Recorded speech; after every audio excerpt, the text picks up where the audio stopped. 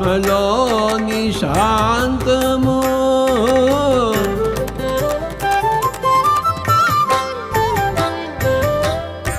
ఆత్మలోని అభయము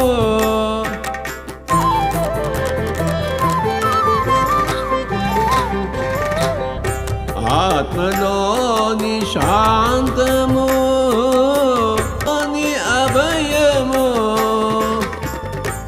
ఆత్మలోని శాంతము.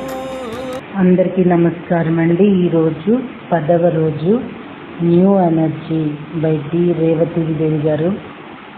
యుద్ధాలకు కారణం ఏంటో చూద్దామండి. అన్ని లోకాల్లోనూ ప్రతి చోట జీవులు అటు పూర్తిగా మంచి వెలుగుల వైపుకో లేక ఇటు పూర్తిగా చెడు చీకట్ల వైపుకో మొగ్గిపోయి అదే కరెక్ట్ అనుకోసాగారు. లోకాల మధ్య విశ్వాల మధ్య యుద్ధాలు జరుగుతున్నాయి. ఇవే మన దేవ దానవ యుద్ధాలు కదా. అసలు యుద్ధాలు ఎందుకు జరుగుతాయో మనం తెలుసుకోవడం చాలా అవసరం. ఒక యాక్సిడెంట్ వల్ల ఒక వ్యక్తి తన జ్ఞాపక శక్తిని పోగొట్టుకున్నట్లు మనం అగ్నిగోడ ఆవల మన పూర్వ చరిత్రను దాదాపుగా మర్చిపోయాము. అయితే ఒక కలలాగా లీలగా గుర్తున్నది. మనం అగ్నిగోడ ఘట్టానికి పూర్వం ఆనందంగా ఉండేవాళ్ళమన్న విషయం కనుక తిరిగి వెళ్ళిపోవాలన్న తాపత్రయం మనలో బయలుదేరింది. అగ్నిగోడ నుంచి బయటపడే నాటికి మనం కాంతి శరీరధారులుగా ఉండినాము. మన ప్రకంపన వేగం తగ్గుతున్న విషయాన్ని మనం గ్రహించాము. ఇంటికి తిరిగి వెళ్ళాలన్న తాపత్రయం అధికం కాసాగింది. ఈ ప్రకంపనను పెంచుకుంటే సరిపోతుంది అనిపించింది. దానిని పెంచుకోవటానికి మనకు అప్పట్లో ఒకే ఒక మార్గం తోచింది. అదేమిటంటే ఇతరుల నుంచి ఎనర్జీని తీసుకోవటం. తమ ఎనర్జీని ఇచ్చేయడానికి ఆ పరిస్థితులు ఎవరూ సిద్ధంగా ఉండరు కదా. కనుక ఇతరుల ఎనర్జీని పొందటానికి ఏకైక మార్గం బలప్రయోగం వల్ల, యుద్ధం వల్ల దానిని బలవంతంగా తీసుకోవడం లేదా మోసం చేసి దొంగతనంగా తీసుకోవటం. అలా యుద్ధాలు ఎనర్జీ దొంగతనాలు ఏర్పడ్డాయి. మనందరం అప్పట్లో ఈ పనులు చేసిన వాళ్ళమే. ఓ గాడ్ మాస్టర్స్, మనందరం ఇవన్నీ చేశామటండి. అయినా మాస్టర్స్ ఎట్లా భౌతికం ఆధ్యాత్మికం అని ఏంటో విడదీసేసి కొట్టుకుంటున్నాం కానండి. అసలు దేవతలు పదవుల కోసం కొట్టుకున్న వాళ్ళే. ఆధ్యాత్మికం కొట్టుకోవటమే, భౌతికం కొట్టుకోవటమే. అసలు సృష్టి కొట్టుకోవటమేనేమోనండి. ఒకళ్ళది లాగేసుకోవటమో, ఒకళ్ళది పొందేయటమో, ఏదో స్థలాలు లాగేసుకోవటమో, బోర్డర్స్ తీసేసుకోవటమో, వీటి వల్ల ఏం లాభమో నాకు అర్థం కాదండి.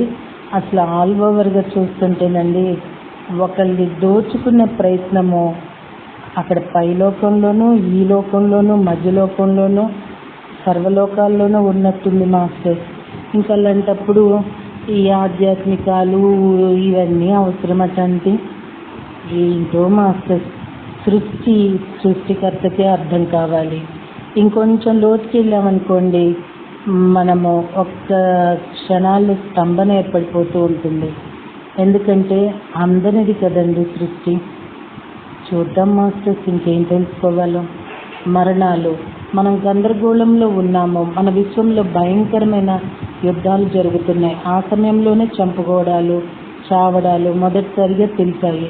అంటే మరణానికి గురి అయ్యే అల సంఖ్యల్లోని శరీరాల్లో ఉన్నామన్నమాట. ద్వంద్వత్వంలో చిరంజీవత్వం ఉన్నప్పుడు మరి మరణం ఉండటం కూడా సబబే కదా. పురాణాల్లో దేవ దానవులు చనిపోవటాలు, అమృతాలు ఇత్యాదులు దీని ఫలితమే. అమృతం కోసం వెంపర్లాట బయలుదేరిందంటే మరి దేవతలకు సైతం మరణం ఉన్నట్లే కదా. అయితే మనకి ఇది అలవాటు లేదు, కొత్తగా ఉంది. తొలి సృష్టిలో మరణాలు లేవు కదా. కాబట్టి ఇతరుల మీద క్రోధం, మన మీద మనకే ఆగ్రహం వచ్చేసేవి. అంతకంతకు ఘనీభవిస్తున్న విశ్వంలో ఆ దివ్యజీవుల బృందాలు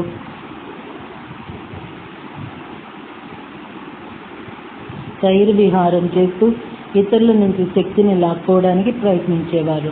ఇతరుల నుంచి అలా శక్తిని, ఎనర్జీని తీసుకుంటే అది తమ ఎనర్జీ ప్రకంపను పెంచుతుందని, అప్పుడు తాము తిరిగి ఇంటికి వెళ్ళిపోవచ్చునని వాళ్ళ ఆలోచన. తాము వచ్చిన మార్గంలో రావటమే తప్ప తిరిగి పోవటం అన్నది ఉండదని, అది వన్ వే అని వాళ్ళు గ్రహించలేకపోయారు. మన విశ్వంలో ఎనర్జీ హైవేలు ఏర్పడసాగాయి. ఆ హైవేల మీద తిరగడం నేర్చుకున్నాము.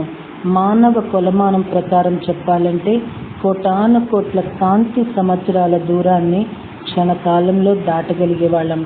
అంతర్పరిధి ప్రయాణంలో నిష్ఠాతులమయ్యాము. ఒక పరిధి నుంచి ఇంకొక పరిధిలోకి తేలిగ్గా వెళ్ళిపోతుండే వాళ్ళం. ఇప్పటి మన సైన్స్ ఫిక్షన్ కథలు, సినిమాలు మన భవిష్యత్తుని గురించి కాదు చెప్పేది, మన గతాన్ని గురించి చెప్తున్నాయని అనుకోవచ్చునంటాడు టోబయాస్.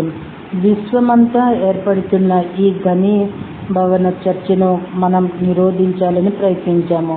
విచిత్రమైన అనుభవాలు రావటం మొదలయ్యింది. మనకు ఘనీభవిస్తున్న మనకు ఘనీభవించి ఉన్న విశ్వం తగలసాగింది.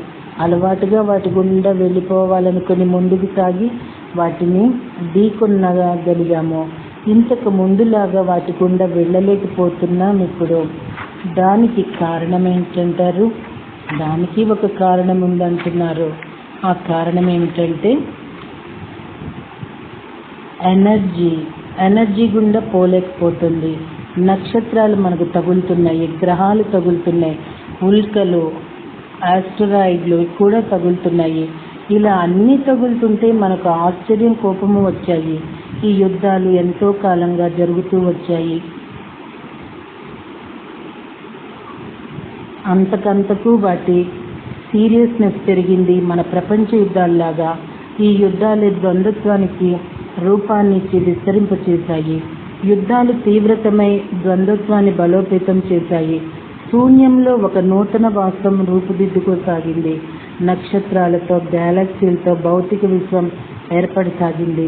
ఒకవైపు సృష్టి జరుగుతున్నది, మరోవైపు యుద్ధాలు జరుగుతున్నాయి. తొలి సృష్టి వెలుపల ఎనర్జీలు ఎలా పనిచేస్తున్నాయో అర్థం కాసాగింది. ఎనర్జీ సుళ్ళు తిరుగుతూ కిందికి వస్తోంది. ఈ ఎనర్జీ సుళ్ళు తిరగటం అన్నది ధ్యానంలో కొందరికి వచ్చే అనుభవం.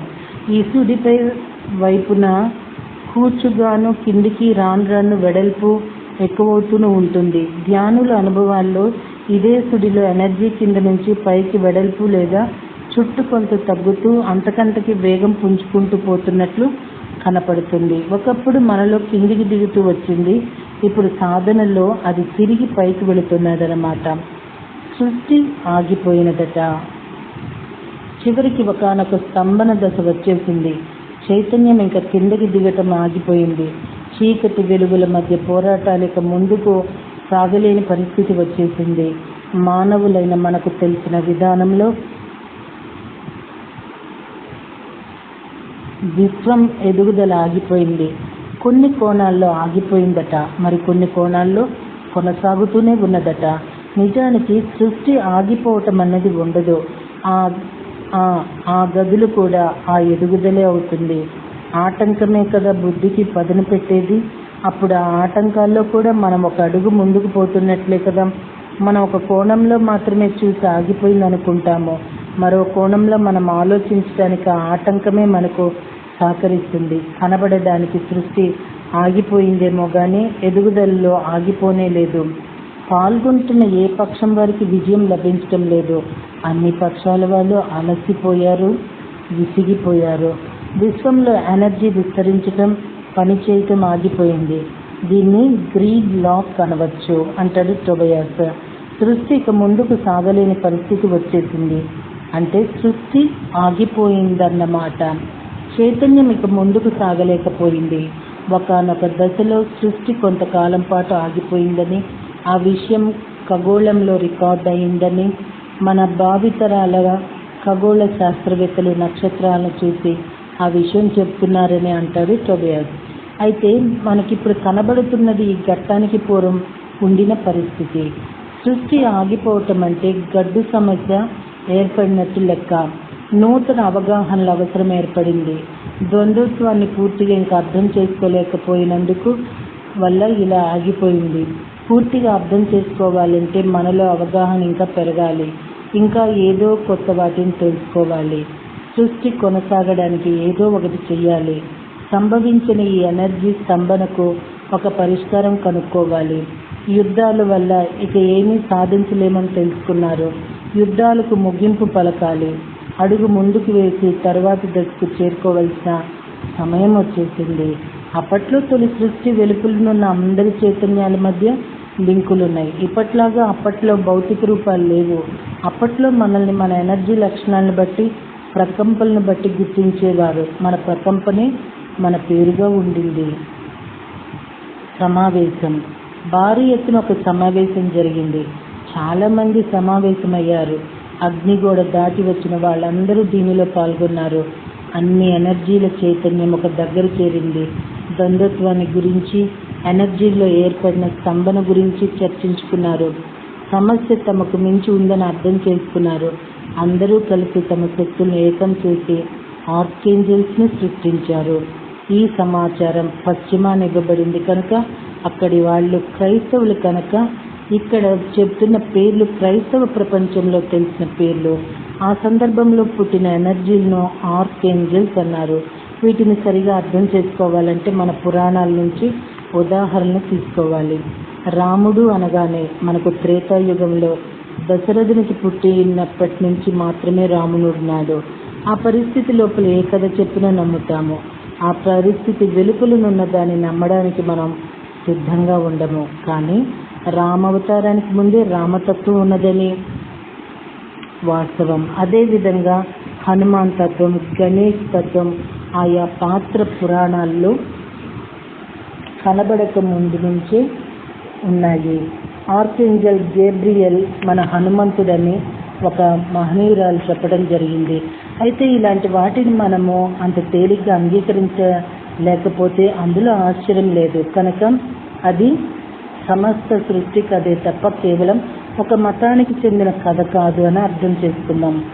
సమస్థితి విపరీతంగా తప్పి ఉన్న ఎనర్జీలను నిర్వచించి సహాయపడటం కోసమే ఈ ఆర్కేంజల్స్ను సృష్టించడం జరిగింది. రాక్షస సంహారం చేయమంటూ పరాశక్తిని ప్రత్యక్షం చేసుకున్న దేవతలు తమలోని శక్తులను ఆ దేవికి ఇచ్చి ఆమెను యుద్ధానికి సిద్ధం చేసిన కథలు మనకు తెలుసు. అలాగే అందరూ కలిసి తగిన సంకల్పం చేసి శక్తివంతులైన ఆ ఆర్కేంజల్స్ను సృష్టించారన్నమాట. ఆర్కేంజల్స్ అంటే వాళ్ళు ఏంజల్సే, కాకపోతే ఆర్కేంజల్స్లోనే శ్రేష్ఠులు అన్నమాట. పరిష్కారం సూచించమని ఆర్కేంజల్స్ని అడిగారు. ఆర్కేంజల్స్ సుదూరానికి భవిష్యత్తులోకి దృష్టి సారించి అంటే ఎంతో లోతుగా ఆలోచించి తెలుసుకున్నది తెలియజెప్పింది ఏమిటంటే ప్రకంపన వేగాన్ని ఇంకా తగ్గించుకోమన్నారు. అప్పుడు ద్వంద్వత్వం ఇంకా లోతుగా అర్థమవుతుందట, అనుభవపూర్వకంగా అర్థమవుతుంది. దానివల్ల మంచి చెడులు, చీకటి వెలుగులు లాంటి ద్వంద్వాల మధ్య ఒక సమన్వయము, సమైక్యత ఏర్పడతాయి. అంటే ద్వంద్వాల సమైక్యత ఆలోచన అప్పుడు బయలుదేరిందన్నమాట. కనుకనే పోలారిటీ ఇంటిగ్రేషన్ లేదా ద్వంద్వాల సమైక్యత ఏదో ఒకనాటికి ఖచ్చితంగా ఏర్పడుతుందని అందరికీ ఆనాడే తెలిసిపోయింది. అది ఎప్పుడు ఎలా ఏర్పడుతున్నది మాత్రం ఎవరికీ తెలియదు. ద్వంద్వాల సమైక్యత కోసం కృషి ప్రారంభమైంది. అయితే మనకి ఇక్కడ ఒక ప్రశ్న ఉదయిస్తుంది. మన అందరి సమాలోచనలో రాని పరిష్కారం ఆర్కేంజల్స్ ఎలా చెప్పగలిగారు అని. అసలు కిటుకు అక్కడే దాగి ఉంది. అసలు యుద్ధాలనేవి ఎందుకు జరిగాయి? దివ్యజీవులుగా అప్పట్లో ఉన్న మనం పూర్తిగా అటు చీకటి వైపుకో లేక పూర్తిగా ఇటు వెలుతురు వైపుకో మొగ్గిపోయి ఉండేవాళ్ళం. మనకు చీకటి గురించి కానీ వెలుతురు గురించి కానీ మాత్రమే తెలుసు.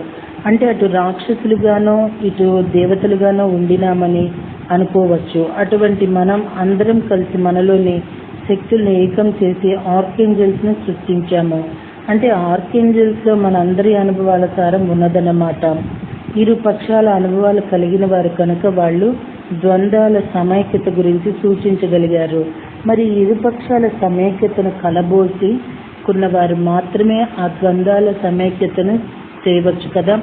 అలా కాక కేవలం సూచించేసి ఊరుకున్నారెందుకు? ద్వంద్వాల సమైక్యత రావాలంటే కేవలం ఆలోచన వస్తే చాలదు. మళ్ళీ ద్వంద్వాల్ని మరోసారి అనుభవించి ఆ అనుభవం నుంచి సమైక్యతను తీసుకురావాలి. ఈ వివరం ముందు ముందు మనకు బోధపడుతుంది. పైగా మరో విషయం ఏమిటంటే ఆర్కేంజల్స్ను సృష్టించినప్పుడు సూచించమని మాత్రమే వాళ్ళు ప్రోగ్రామింగ్ చేశారు. సూచించడంతో వాళ్ళు బాధ్యత తీరిపోయింది. ఇక చేయవలసిన పనుల్లోకి మనం దిగిపోయాము. మనము సంపూర్ణంలో ఉన్నప్పుడు ఎప్పుడూ బహిర్ముఖంగా సృష్టి చేస్తూ వచ్చాము. స్పిరిట్ సృష్టి కూడా ఎప్పుడు బహిర్ముఖంగానే జరుగుతూ వచ్చింది. ఇప్పుడు సమయం వచ్చింది. ఆగి అంతర్ముఖమై కేవలం ఏకాంతంలో మాత్రమే కనుక్కోగలిగిన దాన్ని కనుక్కోవలసిన సమయం వచ్చింది.